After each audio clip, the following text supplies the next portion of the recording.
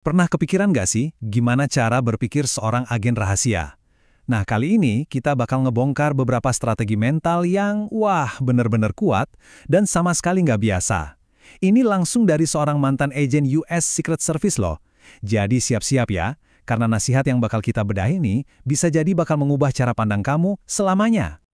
Pasti sering banget dengar kan nasihat ini. Jadilah dirimu yang autentik di tempat kerja. Kedengarannya bagus ya. Hampir di semua buku motivasi, di semua seminar, kita selalu disuruh buat jadi apa adanya. Tapi, gimana kalau nasihat yang kedengarannya bijak ini sebenarnya malah jadi jebakan? Nah, ini dia jawabannya. Sebuah pernyataan yang seolah-olah menampar gagasan umum kita. Ivy Porus, seorang wanita yang tugasnya itu ngelindungin presiden dan ngedeteksi kebohongan, justru bilang kebalikannya.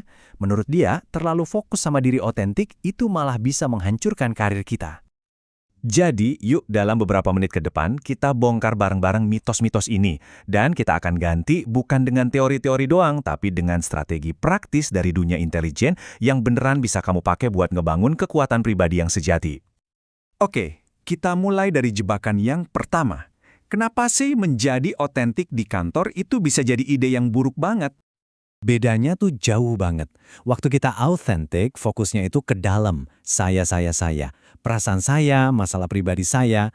Sebaliknya, diri profesional itu ngelihatnya keluar. Kita. Apa sih misi tim ini? Gimana caranya saya bisa berkontribusi? Ini bukan soal jadi palsu ya, tapi ini soal jadi efektif. Intinya gini, tujuannya itu bukan jadi autentik, tapi jadi tulus atau genuine. Orang yang tulus itu tetap jujur, tapi mereka sadar betul nggak semua drama pribadi perlu dibawa ke ruang rapat. Mereka peduli sama gambaran besarnya dan fokus ke kontribusi, bukan sekedar cari validasi diri. Oke, sekarang kita pindah ke analogi berikutnya. Ini analogi yang bakal ngubah cara kamu berpikir soal stres dan kelelahan mental. Coba deh, anggap aja otak kamu itu sebuah bak mandi. Istilah kerennya dalam psikologi itu cognitive load atau beban kognitif. Setiap hari kita tuh ngisi otak kita pakai email, rapat, mikirin tagihan, sampai analisis berlebihan. Nah, pas bak itu udah penuh dan mulai tumpah, disitulah kita ngerasa stres dan gak bisa mikir jernih. Analogi ini benar-benar kuat loh. Setiap kali kamu terlalu banyak nganalisis, khawatirin hal sepele, atau kejebak di masa lalu, kamu itu sebenarnya lagi nuangin air ke dalam bak. Orang-orang paling efektif di dunia itu nggak nyoba buat ngegedein bak mereka. Sebaliknya, mereka sibuk ngebuka sumbat pembuangannya. Mereka selalu nanya, apa ya yang bisa gue keluarin dari sini? Nah, kutipan ini benar-benar jadi kuncinya. Pemimpin-pemimpin hebat yang ditemuin Evie, termasuk para presiden, selalu nanya, apa yang bisa saya kurangi? Keputusan apa yang nggak perlu saya buat? Ingat kan sama Barack Obama yang cuma pakai setelan abu-abu atau biru? Itu bukan soal selera fashion, itu strategi buat ngosongin bak mandinya tiap pagi. Oke, urusan pikiran internal udah beres. Terus, gimana sama orang lain di sekitar kita? Sekarang kita bahas cara kita berinteraksi sama dunia di luar sana. Coba bayangin setiap orang itu kayak gunung es. Yang kita lihat sehari-hari itu ya cuma puncaknya doang, perilaku mereka. Tapi di bawah permukaan air ada masa yang jauh lebih gede. Sejarah hidup mereka, trauma, nilai-nilai, bahkan kepribadian yang udah kebentuk dari kecil. Ilusi terbesar kita adalah mikir kalau kita bisa ngubah bagian bawah gunung es itu. Jadi solusinya gimana dong? Bukan dengan coba ngancurin gunung es orang lain. Strateginya simple, cuma 2 langkah. Terima, jus beradaptasi. Pertama, terima kenyataannya apa adanya. Oke, orangnya emang kayak gini. Kedua, beradaptasi. Daripada nanya gimana ya cara ngubah dia, mending tanya, mengingat dia orangnya kayak gini, langkah gue selanjutnya apa? Nah, kekuatannya jadi balik lagi ke tangan kita. Dan ini bagian terakhir, kita bakal bongkar mitos paling gede soal kepercayaan diri. Kita sering banget mikir kalau itu adalah sesuatu yang harus kita temukan, kayak harta karun gitu. Padahal kepercayaan diri itu nggak ditemukan tapi dibangun, bata demi bata. Ini dia rahasianya.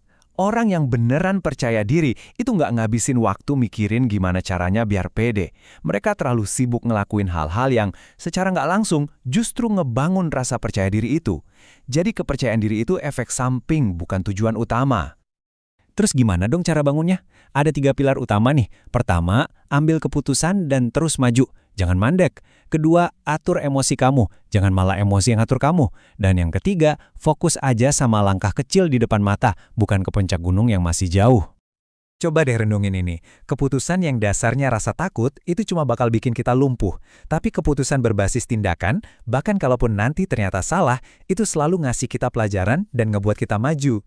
Orang yang percaya diri itu bukan orang yang selalu bikin keputusan benar. Mereka cuma nggak takut buat terus bikin keputusan.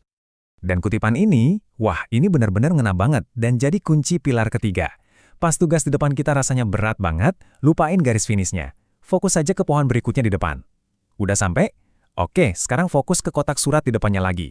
Setiap target kecil yang berhasil kita capai, itu ibarat satu bata lagi yang kita pasang untuk ngebangun kepercayaan diri kita. Jadi, kalau kita sambungin semua titiknya, benang merah dari semua nasihat ini, jadi profesional, ngosongin bak mandi, ngebangun kepercayaan diri, semuanya itu ngarah ke satu perubahan fundamental. Berhenti terobsesi sama diri sendiri, dan mulailah terobsesi sama kontribusi yang bisa kamu berikan pada dunia. Nah, sebagai penutup, aku mau kamu mikirin ini deh. Apa satu hal yang bisa kamu keluarin dari bak mandi mental kamu hari ini juga? Mungkin kekhawatiran yang nggak perlu? Atau analisis berlebihan? Atau mungkin tugas yang bisa didelegasikan? Coba temukan satu hal itu, dan kosongkan ruang untuk hal yang beneran penting.